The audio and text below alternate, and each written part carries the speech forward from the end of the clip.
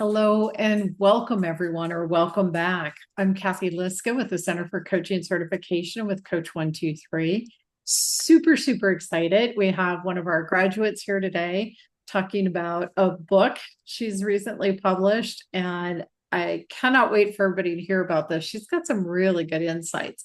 We're going to start first by inviting you to introduce yourself, Maria. Hi, I'm Maria Carlton, and I am a coach, and I have been coaching now for a long time. I'm also an HR professional, and I have been to several of Cathy's classes, so I'm I feel like it's a privilege to be able to be on this today. Awesome. So Maria recently published her book. It's called Don't Kill the Joy: How Fun at Work Creates Teams That Thrive and Results That Last. Maria, in one sentence, tell us what that book's about. Well, it's about reimagining our workspaces. It's about raising awareness that if we're unhappy at work, there are some things we can do to change that. And then if we can't change it, it's time to ask ourselves, what must we do? Because we want to make sure that, we're doing what we find is fulfilling and meaningful. Yeah, yeah, awesome. So talk about what is happening in workplaces today. Well, in workplaces, there seems to be a lot of um, disengagement. We hear instances of burnout happening. We hear that employees are getting more aggressive. There are things that, don't make them happy, and that coming to work sometimes is a grudge. So a lot of people experience anxiety starting Sunday night when they know they have to go in on Monday. Yeah, yeah. Well, and systemically and culturally, there are a lot of dynamics at play here. Yes, Yeah. yes, there are. So I know you did a lot of research for this book. Share some of those statistics with us. Ooh, well, um, we are finding that COVID-19 was a big disruptor in the workplace, and things were beginning to look, kind of grim. But COVID-19 made people really reset Mm. at workplace engagement and satisfaction vary based on the job role, the type of worker, and the manager style. And so, in that a lot of the things that happened during COVID-19 that disrupted our workplace didn't start coming back into line until 2023. So there's, quite a gap, 3 years that people sort of lost perspective. And so we find that, during this time, the number of people that were disengaged Uh-huh. fell to like a new low. It plummeted after the pandemic to a new record of 44% in 2024. Wow. Wow. That's scary. So, It is. yeah. Okay. So you mentioned, we had that 3-year gap, and are we back to an equilibrium now? We're getting better, but then there have been other things that have become disruptors. I think the workplace is still in a state of transition where Uh-huh. people before the pandemic, pretty much workers knew what was expected of them. Mm. And with the pandemic, all of a sudden, it was a new ball game. People are just coming around to finding out what, getting clarity as to their roles. And, you have all kinds of workplace settings that are now different. You have hybrid versus virtual versus in-house. And so you have half of the workforce that might be working from home, and then half that either hybrid or are required to be in the office. Yeah. Well, and I imagine you talk about the disruptors. I mean, new generations and new ways of thinking, and then AI, those are probably disruptors too. Yes, they are. Yeah. So what's an alternative?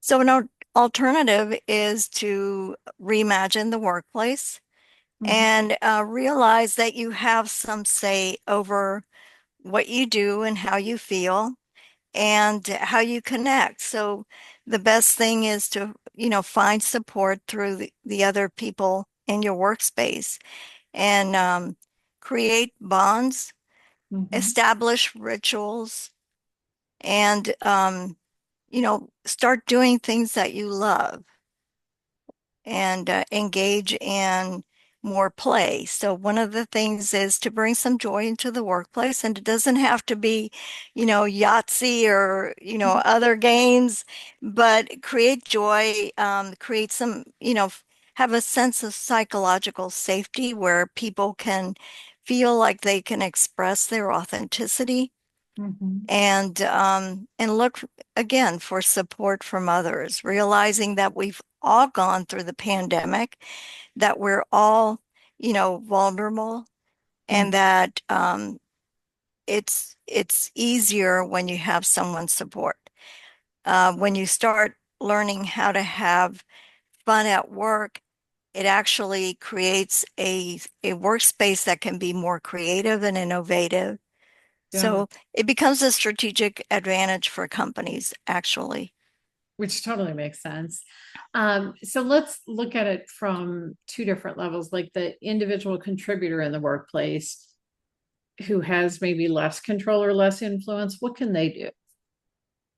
Well, the individual contributor, first of all, creating some alliances with their fellow team members, co-workers, Mhm. trying to understand the kind of pressures that their leader might be under, that other workers might be under, realize that nobody is in this alone.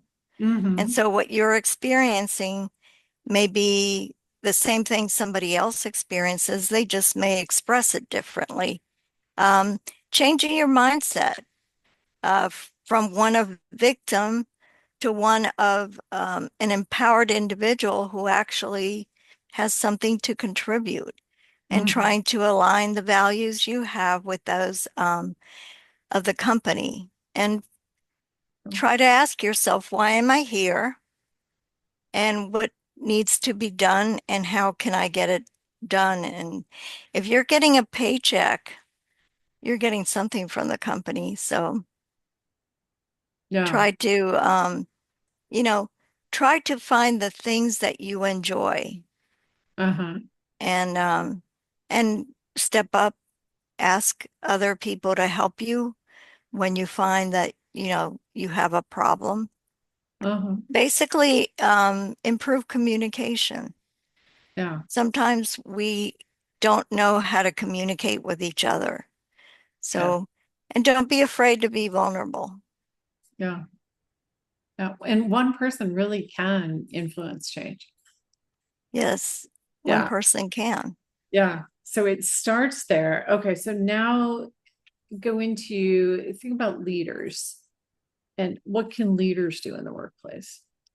So, leaders are have a tremendous influence on the workspace. In fact, a long time ago, I read a it was actually a book by Gallup called First Break All the Rules.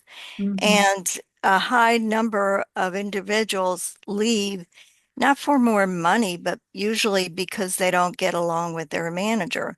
Now, Yeah. the other reason that people stay with a company, it's not because of their manager, it's because of the people they work with. They don't want to leave their coworkers. So those are big indicators.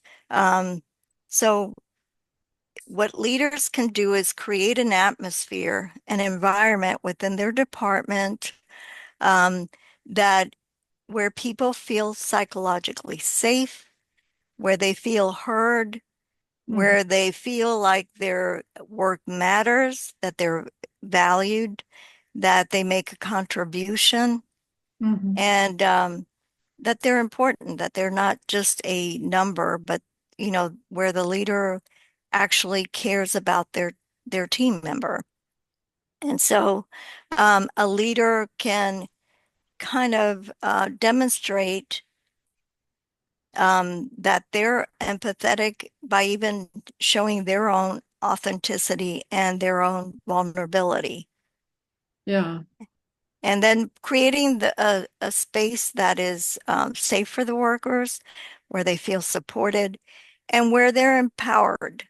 They're trusted to use their creative talents to innovate, to produce, to be efficient. Yeah. Yeah. It all sounds like it makes sense. It sounds so good. It's And then it's hard, right? it is hard work. It Yes. it it's not a one and done. It needs, like a seed garden, it needs to be planted, it Oh, needs to be watered, it needs to be nurtured yeah. daily, daily. And when you have a few thorns, you have to pick them out and till the soil and keep watering. Yeah. So for an individual in a workplace, and they say, okay, so I'm gonna, gee, I'm not a leader, I'm just an individual contributor. I I believe in what you're saying. I want to do these things. What kind of a commitment does it make sense for them to make in terms of what they do and how long they do it for before they start to question whether they're in the right place? Well, if you try to change your mindset, if you give all your talents and capabilities to a job and you're not being heard, you're not feeling like you're being valued, you're not getting cooperation or support from your teammates, you're not getting the assignments that you love from your leader, Mm, um, you know, I think you have to assess, is it time to me to look for some other options that might be a better fit for my values? So mm, yeah, it could be hard and it may not happen right away. Um, but they may have to start looking. And one of the things that can be done is finding joy isn't necessarily just a thing that you do a job. If you um, become part of an outside organization that you can volunteer in, it mhm, may be a source for even finding future work. There might be people you meet that share the same values, mhm. and you find that that's maybe a pathway for you finding some other opportunities. Yeah. The thing is to never be afraid to move forward. I Like, learned this in coaching because coaching is all about moving forward uh-huh. and it's all about the options that we have. Yeah. So, in coaching, we try to find a way forward. Well, that's pretty much what an individual can do. If it doesn't work out one way, then try to find an alternative way Way. forward. Okay. So I'm thinking you have this individual contributor, and maybe they're part of the problem because everybody is. We're all part of the problem. We kind of fall into that trap, and and then there's this wake up, like, oh my gosh, I'm just part of this problem, and it's not good. Mm, I want to change it, and I can't do everything, but I can influence change. yes. What's your advice to that person? The person who wants to influence change Yeah. is you can start small. One small thing you could do is, again, be the person that creates a ritual at work Mhm. where people get recognized for small or large victories or milestones. Mm, Whenever there's a graduation, when someone gets an award, when someone's recognized, you be the cheerleader that gets the group together and, recognizes those people. Um, Lead a team, inspire the team towards a common goal. mhm, Um, there's just so many things you can do. Be uh, be the person who, when someone comes in with a heavy load, offer to take on that load for part of the day or all of the day until they get their feet back on the ground. mhm. So there's a number of things you could do. Yeah. So finding ways to encourage others and help them. Teach others a new skill that you've learned. Help Uh, them develop their skills and capabilities. uh-huh. Yeah. So for leaders, okay, shifting now from the individual to the leader in the workplace. I mean, they always say people are the best asset. Um, so what's your advice to the leaders? Well, first of all, give them a job that is interesting and or needed, and explain why that contributes to the well-being or the profitability of the organization. In other words, tie the why they do this and why it's important to the ultimate goal of either the department or ultimately the organization. Um, Leaders have to be clear. They Mhm. can't throw out one initiative and then, 24 hours later, throw out a different initiative without showing them how those two initiatives add value or strengthen the organization or contribute to something. Um, be vulnerable, be empathetic, Mm, uh, be willing to listen to your people, know what each one of them brings to the table. What are their strengths? What are their talents? Where can they be best used? And how can you leverage these skill sets that they have, so that they produce the best outcomes? yeah. So Maria, share a success story, a workplace that is disconnected, disengaged, and a leader makes a difference and moves it to be in a place where people are engaged, they're connected with each other, they're creative, they're productive. Give an example of that. Well, I can share a somewhat personal example, and that is I was part of a department where we had had several leadership changes, and what our vice president um, took over was a ragtag team of highly demotivated individuals, because morale was low. uh, couldn't really see what the common goal was. um, the the department had lost some credibility. Um, they were sort of like just, we were floundering. And so we had a leader who stepped in and didn't try to coerce everybody into doing different things, but quickly found out what everybody's strengths were through conversations, through just sizing everybody up, find out where everybody's talents and gifts were, and then leverage those. If you were a person who was very good with the relationships, she was a new leader, so she wanted you to help her make connections. Um, so she found the strengths, let everybody work and create, was inspiring, listened to everybody's needs and wants, and then began sending out setting out sort of a goal and Mhm. top priorities for the year that we would be working on. And then just let everybody innovate. She kind of hands off, let people come together. She was inspirational, so she created rituals that where the team would be acknowledged, where they would meet quarterly, created opportunities to celebrate together, and truly became a team.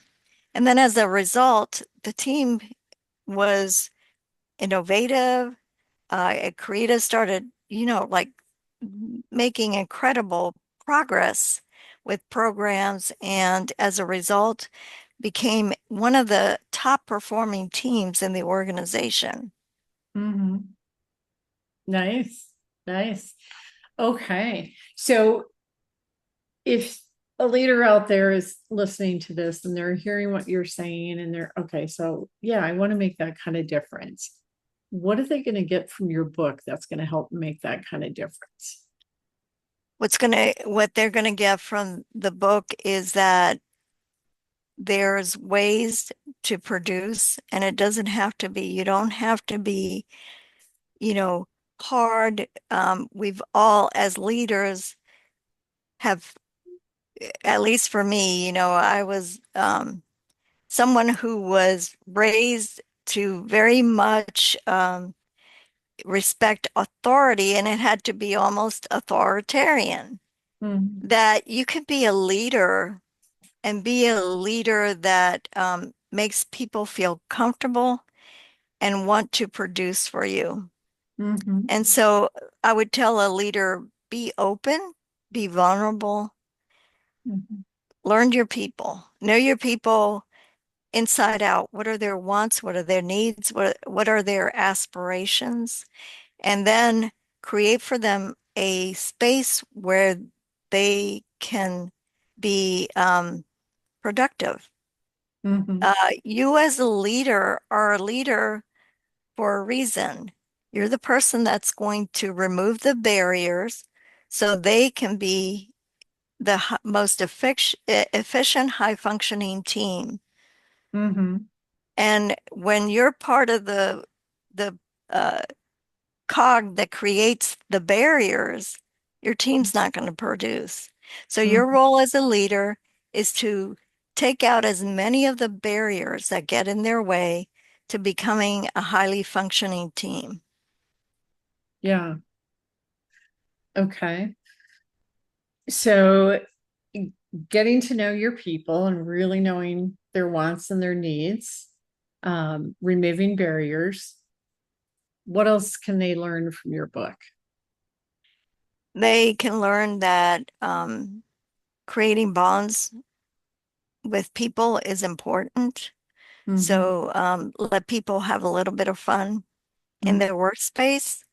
Fun equals innovation. Mhm.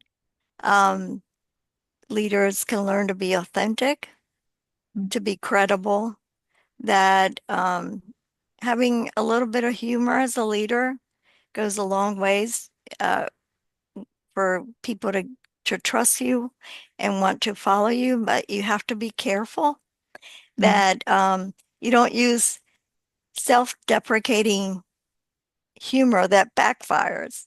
So Mhm. you don't want to be seen as weak. Mhm. You want to be seen as human. And so I think leaders need to know that when people have a place that where they can come to Uh-oh. to be productive and contribute, they do phenomenal things. Nice. Nice. So, Maria, what do you want everyone to take away from this conversation? That we can all have a part in redesigning the workspace we want. One that fills us with meaning, with purpose. Um, I started working at a young age, and I always had a pretty good workspace. Every now and then you had one you didn't, you know, but work should be something that adds to your well-being and doesn't take away from it. And so Yeah. what I want is to encourage everyone to create the kind of space that provides them with energy so that at the end of the day, they're not taking home the remains of Mhm. themselves for their family, the leftovers for their Yeah. families. Yeah, that's a funny way of putting it, but so true. So true. Yeah. So, Maria, where can people find you? People can find me on my website at www dot futurereachcoaching.com, or they can find my book. Oh, by the way, you can also find me on LinkedIn. Okay. They can find my book on Amazon, Barnes and Noble, Books a Million, and other bookstore retailers. And so, Yeah, that's awesome. Okay. Well, so thank you so much for being here. oh, thanks, Everyone, Kathy. you heard it. Let me say the book title again. It's a long book title. Go look it up on Amazon. Don't Kill the Joy. And I'm guessing if they just search Don't Kill the Joy by Maria Carlton, the rest of it'll come up, right? Yep. Okay, so they can find that. And yeah, that tagline you have about, imagining the fun in the workplace. Yeah, that's great. Okay, so do look Maria up on her website, look her up on LinkedIn, find that book, check it out. And of course, you're also invited to come visit us as well. We're at www.coachcert.com and at www.coach-123.com. Thank you everyone for being here. Super glad to have you, Maria. Thank you so much for the insights. Thanks, Kathy. All right. And wishing everybody the best. Make it a great one.